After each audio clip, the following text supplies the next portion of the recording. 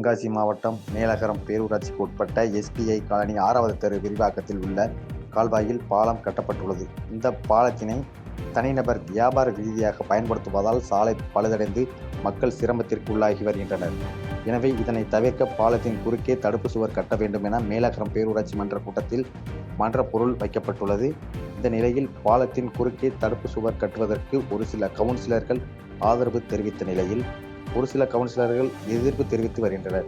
இந்த நிலையில் இன்று பேரூராட்சி கூட்டத்தில் பேரூராட்சி மன்ற தலைவி வேணி வீரபாண்டியன் தலைமையில் நடைபெற்றது. இந்த கூட்டத்தில் பாலம் அமைப்பது தொடர்பாக அனைத்து கவுன்சிலர்களிடமும் கருத்து கேட்க வேண்டும். மேலும் இது குறித்து விவாதம் ஏற்பட்ட நிலையில் இது குறித்து செய்தி எடுப்பதற்காக செய்தியாளர்களுக்கு அனுமதி மறுக்கப்பட்டது.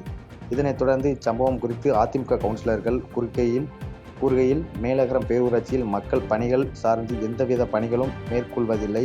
அடிப்படை வசதிகள் குறித்து விவாதிக்கப்படாமல் கமிஷன் தொகை பெறுவது குறித்து மட்டுமே பேசப்பட்டு வருகிறது.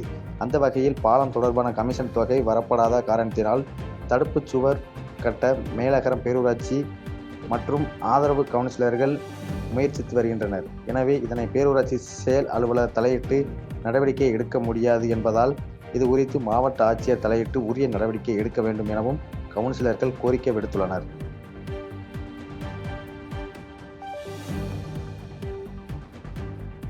பாதகம் செய்பவரை கண்டால் நாம் பயங்கொள்ளலாகாது பாப்பா, மோதி மிதித்து விடு பாப்பா, அவர் முகத்தில் உமிழ்ந்து விடு பாப்பா.